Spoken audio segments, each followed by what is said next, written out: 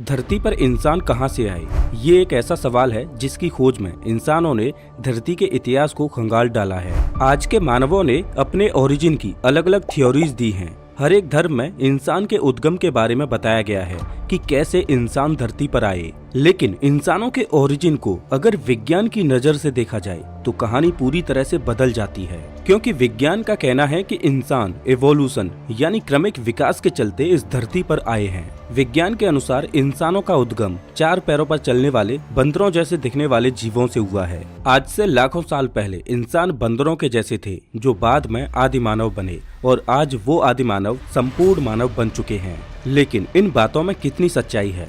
लोग ये भी बोलते हैं कि अगर इंसान बंदरों से विकसित हुए हैं तो आज के बंदर इंसान क्यों नहीं बने? इसका जवाब बड़ा ही आसान है, जो आपको वीडियो में आगे पता चल जाएगा। वैज्ञानिक पृथ्वी के अतीत को इसकी खुदाई कर इसकी गहराई में ढूंढते हैं, और अभी तक वैज्ञानिकों को अफ्रीकन रीजन में खुदाई कर बहुत से ऐसे फॉसिल्स मिले हैं जो इंसानों के इतिहास की कड़ी को जोड़ते हैं, जिसके आधार पर वैज्ञानिक एवोल्यूशन की थ्योरी देते हैं और ये एक्सप्लेन करते हैं कि कैसे इंसान धरती पर आए। आपको बता दूं कि वैज्ञानिक कोई भी थ्योरी काल्पनिक तौर पर नहीं देते, बल्कि फैक्ट्स और सबूतों के आधार पर देते हैं। और एवोल्यूशन वो सच है जिसके एक नहीं बल्कि वैज्ञानिकों के पास हजारों सबूत हैं। हम ये जाने कि इंसान धरती पर कब, कैसे और कहां से आए, और आज के बंदर इंसान क्यों नहीं बने, उससे पहले एवोल्यूशन यानी क्रमिक विकास वास्तव में क्या है, इसको समझना जरूरी है। दोस्तों, एवोल्यूशन एक तरह से पेड़ पौधों और जानवरों इत्यादि में हजारों सालों में होने वाला बदलाव है, और वो बदलाव क्या होगा वो कुदरत खुद तय करती है। एवोल्यूशन कभी भी लीनियर नहीं होता, मतलब हम ये नहीं कह सकते कि एवोल्यूशन का अगला स्टेप क्या होगा। एवोल्यूशन तो माहौल और इकोसिस्टम के हिसाब से किसी पेड़ की भांति किसी भी डायरेक्शन में हो सकता है। साल 1859 में चार्ल्स डार्विन ने अपनी एक ऐतिहासिक किताब लिखी, द ओरिजिन ऑफ स्पीसीज। इस किताब में उन्होंने थ्योरी ऑफ नेचुरल सिलेक्शन के बारे में बताया। दरअसल जब भी इंसानों, जानवरों और पेड़ पौधों में रिप्रोडक्शन होता है तो माता पिता के जीन्स बच्चों में ट्रांसफर होते हैं। जब ऐसा होता है तो जीन्स में म्यूटेशन होता है, थोड़े बहुत जीन्स में बदलाव आ जाता है, जिससे आने वाली पीढ़ियों में वो बदलाव ट्रांसफर होता जाता है। जैसे कि मान लो आपकी ब्राउन आंखें हैं और आपके बच्चे की आंखों को कलर देने वाले जीन में कुछ म्यूटेशन हो गया। इस वजह से आपके बच्चे की आंखें आपकी तरह ब्राउन न होकर ब्लू कलर की हो गईं। तो उसके बाद आपके बच्चे की आने वाली पीढ़ियों में भी उनकी आंखें ब्लू कलर की ही होंगी, जब तक कि उनमें फिर से कोई जीन म्यूटेशन ना हो। अब जीन म्यूटेशन की वजह से बॉडी में जो बदलाव होते हैं वो अक्सर फायदेमंद भी होते हैं और नुकसानदायक भी होते हैं। ये डिपेंड करता है कि वो बदलाव एनवायरनमेंट के हिसाब से फिट बैठते हैं या नहीं। जैसे कि मान लो एक ब्राउन कलर का मेंढक है, उसके कुछ बच्चे होते हैं, वो भी ब्राउन कलर के हैं, लेकिन इस मेंढक के एक बच्चे के जीन्स में कुछ म्यूटेशन होता है, जिससे उसका एक बच्चा हरे रंग का पैदा होता है। अब ये हरे रंग का मेंढक सरवाइव कर पाएगा या नहीं, ये इस बात पर डिपेंड करता है कि वो किस तरह के माहौल में पैदा हुआ है। जैसे कि अगर ये मेंढक ऐसे एनवायरनमेंट में पैदा हुआ है जिसमें ये अपने आप को छिपा नहीं सकता, तो ये शिकारियों को जल्दी दिखाई देगा और उनका भोजन बन जाएगा।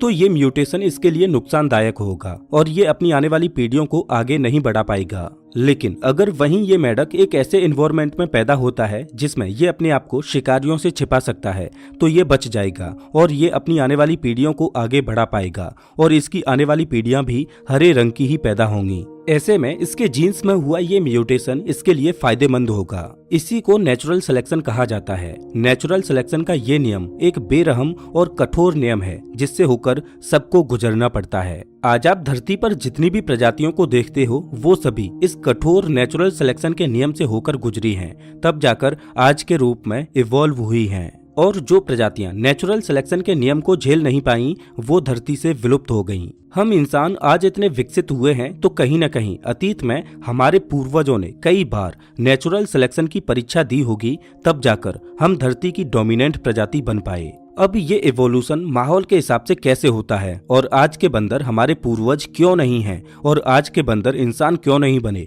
इसे आप एक पक्षी की कहानी से समझिए। इसे आप बड़े ही गौर से सुनना, क्योंकि धरती पर मौजूद सभी प्रजातियों का एवोल्यूशन कैसे हुआ, आपको ये सभी बातें फिंच बर्ड की इस थ्योरी से समझ आ जाएंगी। चार्ल्स डार्विन ने सालों की मेहनत के बाद फिंच बर्ड के एवोल्यूशन की थ्योरी दुनिया के सामने रखी, जिसने विज्ञान जगत में तहलका मचा दिया। डार्विन ने अपनी थ्योरी के जरिए दुनिया को बताया कि करीब 2 मिलियन साल पहले फिंच बर्ड के अस्तित्व की शुरुआत हुई। अपने शुरुआती दौर में ये छोटी सी चिड़िया बहुत ही प्यारी और मासूम थी। पूरी धरती पर इसकी केवल एक ही प्रजाति मौजूद थी, जो कि केवल एक ही जगह तक सीमित थी। बाहरी दुनिया के बारे में इस चिड़िया को ज्यादा जानकारी नहीं थी। जिस द्वीप पर ये चिड़िया रह रही थी उस पर इसकी संख्या बढ़ती गई, जिस वजह से इस चिड़िया को उस आइलैंड पर भोजन की किल्लतें महसूस होने लगीं। इस प्रजाति की चिड़ियाओं को ज्यादा भोजन की जरूरत थी। इस वजह से इनके सामने सिर्फ एक ही ऑप्शन था कि ये अपने उस द्वीप को छोड़कर किसी दूसरे द्वीप पर चली जाएं। ये फिंच बर्ड्स 3 ग्रुप में बटे, जिनमें से एक ग्रुप आइलैंड ए पर माइग्रेट हुआ, दूसरा ग्रुप आइलैंड बी पर माइग्रेट हुआ और तीसरा ग्रुप हमेशा के लिए उसी आइलैंड सी पर रह गया। ये फिंच बर्ड्स का वो ग्रुप था जिन्होंने अपने घर को ना छोड़ने का फैसला किया। लेकिन जो फिंच बर्ड्स के पहले 2 ग्रुप दूसरे आइलैंड्स पर माइग्रेट हुए थे, उन्हें वहां पर नए वातावरण और माहौल का सामना करना पड़ा और उन्होंने अपने आप को उस माहौल में ढालना शुरू कर दिया। आइलैंड ए का तापमान और इकोसिस्टम आइलैंड बी से बिल्कुल अलग था। जो खाने की चीजें ए आइलैंड पर मौजूद थीं, वो बी आइलैंड पर नहीं थीं। जैसे कि आइलैंड ए पर फल बहुत ज्यादा मात्रा में उपलब्ध थे, लेकिन आइलैंड बी पर फलों की मात्रा बहुत ही कम थी। आइलैंड बी पर बग्स, कीड़े मकोड़े इत्यादि की मात्रा ज्यादा थी। अब दोनों ही द्वीपों के माहौल के हिसाब से फिंच बर्ड्स में इवोल्यूशन हुआ। जो फिंच बर्ड्स आइलैंड ए पर थीं, उनमें फलों को खाने के लिए एक लंबी चोंच का विकास हुआ, जिससे वो फलों को आसानी से खा सकती थीं। लेकिन जो फिंच बर्ड्स बी आइलैंड पर मौजूद थीं, उनमें कीड़ों को खाने के लिए लंबी चोंच की नहीं बल्कि एक मजबूत चोंच की जरूरत थी, तो उनकी चोंच छोटी ही रही, लेकिन वो बहुत मजबूत हो गई। इन दोनों ही इलाकों में रहने वाली फिंचेज में अपने अपने माहौल के हिसाब से इवोल्यूशन हुआ। शुरुआत में इन दोनों को ही अपने अपने माहौल में ढलने के लिए कई मुश्किलों का सामना करना पड़ा, क्योंकि इन दोनों ही नए द्वीपों के हालात इनके पुराने आशियाने से बिल्कुल अलग थे। लेकिन मुश्किल हालातों में इनके जीने की जिद ने अपने आप को उस माहौल में ढालते हुए खुद को इवॉल्व कर लिया। अब इसके बाद धरती पर 3 तरह की फिंचेज की प्रजातियां मौजूद थीं। पहली वो जो सी आइलैंड पर पहले से ही मौजूद थीं, दूसरी वो जो लंबी चोंच वाली थीं जो फलों को खाती थीं, और तीसरी वो जो मोटी और मजबूत चोंच वाली थीं जो कीड़े मकोड़ों को खाती थीं। आप ये बोल सकते हो कि सी आइलैंड पर रहने वाली फिंचेज से 2 नई प्रजातियां निकली जो अपने अपने हिसाब से इवॉल्व हुई, लेकिन आप ये नहीं बोल सकते कि वो दोनों ही प्रजातियां एक दूसरे से इवॉल्व हुई। लेकिन हाँ, उन दोनों का ओरिजिन एक ही था जो सी आइलैंड पर था, और वो दोनों एक ही सोर्स से निकलकर इस रूप में आई। अगर आप इन दोनों के डीएनए को मैच करोगे तो वो वही होगा जो इनके सोर्स का है, लेकिन इन दोनों का इवोल्यूशन एक दूसरे से बिल्कुल अलग है। तो ऐसे में आप इन दोनों को इवोल्यूशनरी कजिन का दर्जा दे सकते हो। फिंच बर्ड के इवोल्यूशन की तरह ही दुनिया में जितनी भी स्पीसीज मौजूद हैं, वो भी इसी तरह से इवॉल्व हुई हैं। हम इंसान भी। डार्विन की इवोल्यूशन थ्योरी दुनिया के सभी जीवों के इवोल्यूशन को समझाती है। जैसे सांप और छिपकली के इवोल्यूशन का सोर्स एक ही माना जाता है, कुत्ते और भेड़िए का सोर्स भी एक ही माना जाता है, उसी तरह इंसान और अन्य एप्स प्रजातियों के इवोल्यूशन का सोर्स एक ही था। हम ये नहीं कह सकते कि हम बंदरों से विकसित हुए हैं, क्योंकि ना हम बंदरों से इवॉल्व हुए हैं और ना ही हम उनसे निकले हैं। बल्कि फैक्ट तो ये है कि बंदर और चिंपैंजी हमारे इवोल्यूशनरी कजिन्स हैं। हमारा और उनका इवोल्यूशन का प्राइमरी सोर्स एक ही है। इसी वजह से हमारा और उनका डीएनए कई मायनों में उनसे मेल खाता है। लेकिन इसका मतलब ये बिल्कुल भी नहीं होता कि इंसान बंदरों से विकसित हुए हैं। अगर आप इंसानों के इवोल्यूशन को देखोगे तो आप देखोगे कि जिस ओरिजिन से हमारा इवोल्यूशन हुआ है, उसमें से और भी बहुत सी प्रजातियां अलग अलग तरह से इवॉल्व हुई हैं, और हम इंसान इवोल्यूशन के एक बहुत बड़े वृक्ष की एक छोटी सी शाखा मात्र हैं। आप इंसानों के इवोल्यूशन को इस इवोल्यूशनरी ट्री से समझिए। कैसे एक सिंगल सेल से लाइफ इवॉल्व होके अलग अलग रूपों में जटिल रूप लेती गई। जीवन पेड़ पौधों के रूप में अलग अलग फल फूलने लगा और वहीं दूसरी ओर एनिमल्स की अलग अलग स्पीसीज का एवोल्यूशन हुआ। इन्हीं में से एक स्पीसी फल फूलकर इवॉल्व हुई होमो सेपियंस की, जो कि हम इंसान हैं। इवोल्यूशन के इस विशालकाय वृक्ष की एक छोटी सी डाली को हम तोड़कर देखें तो हमें मिलते हैं अपने एवोल्यूशनरी कजिन्स। इसको आप आसान भाषा में समझिए। इंसानों के जो सबसे करीबी एवोल्यूशनरी कजिन्स हैं वो हैं the great apes, chimpanzees, gorillas, orangutans और बोनोबोस। ये सभी ग्रेट एप्स इंसानों के साथ मिलकर एवोल्यूशन की एक छोटी सी शाखा बनाते हैं, जिसे वैज्ञानिकों ने होमिनिड्स का नाम दिया है। होमिनिड्स की इस कैटेगरी में ये सभी ग्रेट एप्स हम इंसानों से बहुत सी समानताएं साझा करते हैं, जैसे कि किसी भी होमिनिड्स की पूंछ नहीं होती। सभी होमिनिड्स में बाइपेडलिज्म देखने को मिलता है, मतलब दो पैरों पर चलना।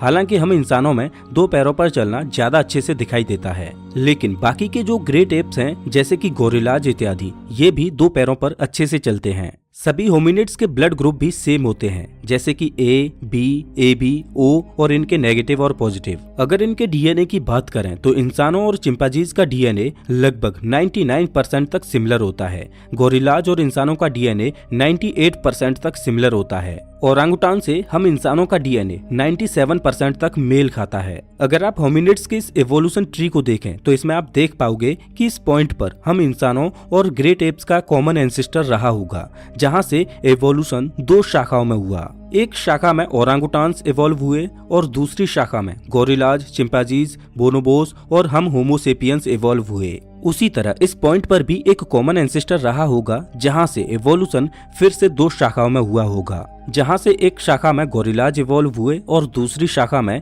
चिंपांजीज, बोनोबोस और हम होमो सेपियंस इवॉल्व हुए। अगर आप इस डायग्राम को देखो तो बोनोबोस और चिंपांजीज हमारे सबसे नजदीकी एवोल्यूशनरी कजिन्स हैं, इसीलिए तो हमारा और चिंपांजीज का डीएनए 99% तक सिमिलर होता है। ये ग्रेट एप्स इंटेलिजेंट होते हैं। इन्हें आसानी से साइन लैंग्वेज समझने के लिए ट्रेन किया जा सकता है।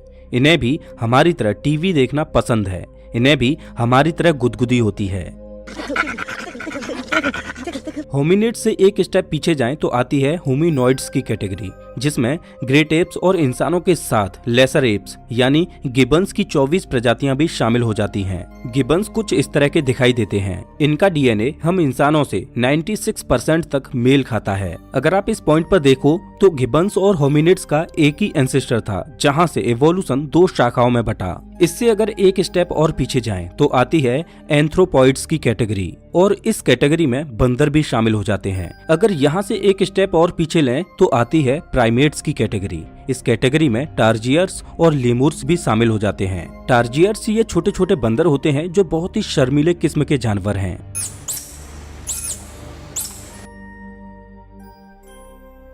वहीं लेमुर्स दुनिया के सबसे पुराने प्राइमेट्स हैं, जिनकी 100 से ज्यादा प्रजातियां हैं।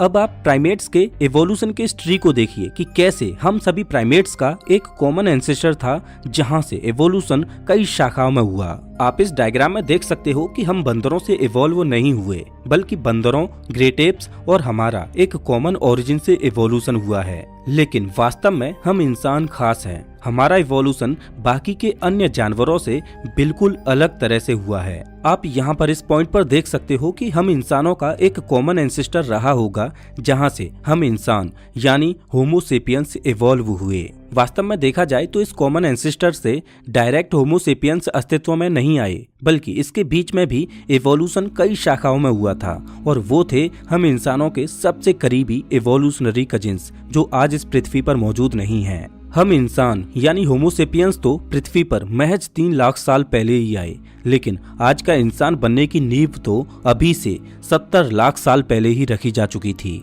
लेकिन सवाल ये आता है कि 70 लाख साल पहले से 3 लाख साल पहले के बीच में इन 6.7 मिलियन सालों में क्या हुआ? होमो सेपियंस से पहले इंसानों की वो कौन सी प्रजातियां थीं जो धरती को डोमिनेट कर रही थीं? इंसानों का एवोल्यूशन कैसे हुआ और एवोल्यूशन की ये सभी कड़ियां कैसे जुड़ती हैं? इसके लिए हमें समय में पीछे जाना होगा और इंसानों के एवोल्यूशन को करीब से देखना होगा।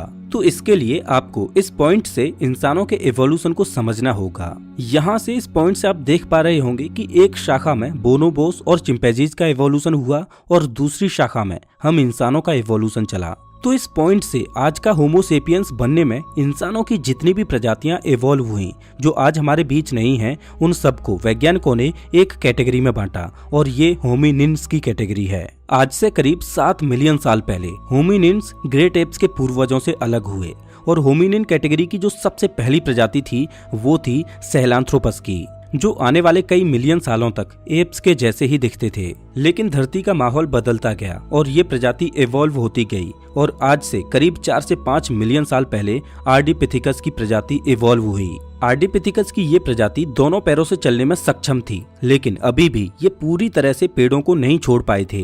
ये कुछ एप्स की तरह और कुछ इंसानों की तरह दिखते थे। पृथ्वी के एनवायरनमेंट में बदलाव हो रहे थे, इस वजह से अफ्रीका के जंगल सूख रहे थे, पेड़ों पर खाना कम हो रहा था, इस वजह से पेड़ों को छोड़ना इनकी मजबूरी बन गई थी। और आज से करीब 4.4 मिलियन साल पहले इन्होंने पहली बार खुली जमीन पर रहने का फैसला किया। आर्डिपिथेकस रेमिडस की ये प्रजाति महज 4 फीट तक लंबी थी और इनके दिमाग का साइज महज एक संतरे के जितना था। लाखों सालों तक इनका इवोल्यूशन चलता रहा और अभी से करीब 3 से 4 मिलियन साल पहले ऑस्ट्रेलोपिथेकस की प्रजाति इवॉल्व हुई। इनमें अभी भी कुछ इंसानों जैसे और कुछ एप्स जैसे फीचर्स थे, लेकिन अब ये पूरी तरह से पैरों से चलते थे। अब खुली जमीन ही इनका घर थी, लेकिन अभी भी इनका दिमाग बहुत छोटा था। लाखों सालों तक ये भी पृथ्वी के एनवायरनमेंट के हिसाब से इवॉल्व होते गए और अभी से 2.3 मिलियन साल पहले होमो हैबिलिस की प्रजाति इवॉल्व हुई।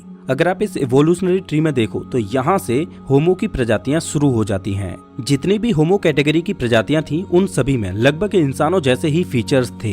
होमो कैटेगरी की सबसे पहली प्रजाति होमो हैबिलिस थी। आप ये बोल सकते हो कि इस लेवल से इंसानों की इंटेलिजेंस बढ़ती गई। इस लेवल से इंसानों के शरीर में कम और उसके दिमाग में ज्यादा इवोल्यूशन हुआ और इस लेवल के बाद आने वाली प्रजातियों के दिमाग का साइज बड़ा होता गया। होमो हैबिलिस को हैंडीमैन भी बोला जाता है क्योंकि सबसे पहली बार पत्थरों के टूल्स का इस्तेमाल करना इन्होंने ही शुरू किया था। इनके दिमाग का आकार अब पहले से डबल हो चुका था। ये पहले से बहुत ज्यादा इंटेलिजेंट हो चुके थे, लेकिन अभी भी ये स्कैवेंजर थे, मतलब दूसरे जानवरों द्वारा किए गए शिकार को ये चुरा कर खाते थे। ये प्रजाति अपने स्टोन टूल्स को निखारती गई और इवॉल्व होती गई और इनसे अभी से करीब 1.8 मिलियन साल पहले होमो इरेक्टस की प्रजाति इवॉल्व हुई। ये बिल्कुल सीधे खड़े हो सकते थे और तेज दौड़ सकते थे। अब ये कोई स्कैवेंजर नहीं बल्कि हंटर बन चुके थे। ये बड़े से बड़े शिकार को मार गिराते थे।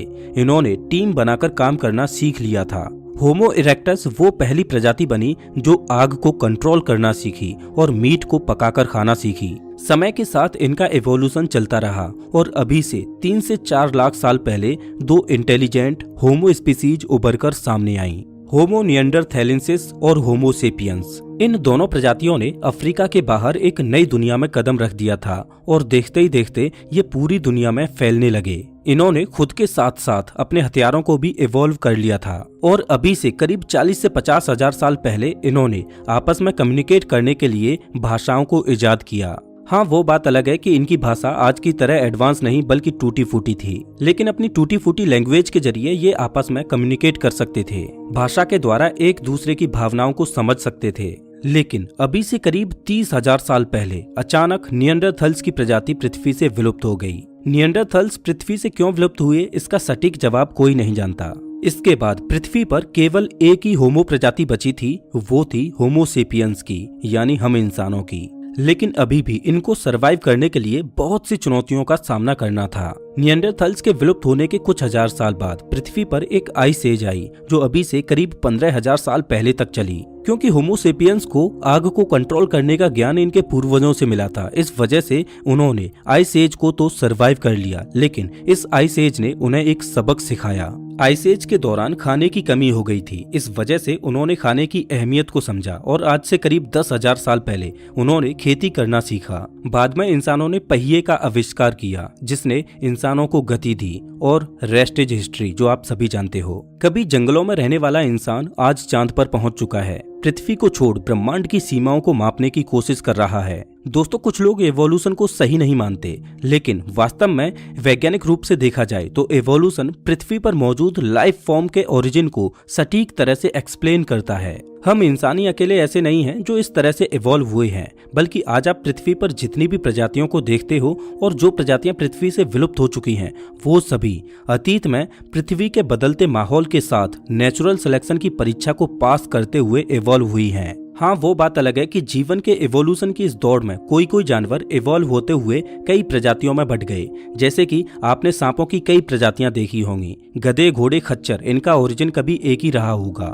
लेकिन हम इंसानों की केवल एक ही होमो सेपियंस की प्रजाति इवॉल्व हो पाई। हम इंसानों की भी कई प्रजातियां इवॉल्व हो सकती थीं, लेकिन शायद वो प्रकृति के बदलावों को सहन नहीं कर पाई और नेचुरल सिलेक्शन की परीक्षा में फेल हो गईं। कुछ लोग ये भी सवाल करते हैं कि क्या अभी इवोल्यूशन रुक गया है या चल रहा है, और क्या आज के बंदर या चिंपैंजीज कभी हमारी तरह पूर्ण रूप से विकसित होकर इंसान बन पाएंगे? तो इसका जवाब बड़ा ही सिंपल है, इवोल्यूशन कभी नहीं रुकता।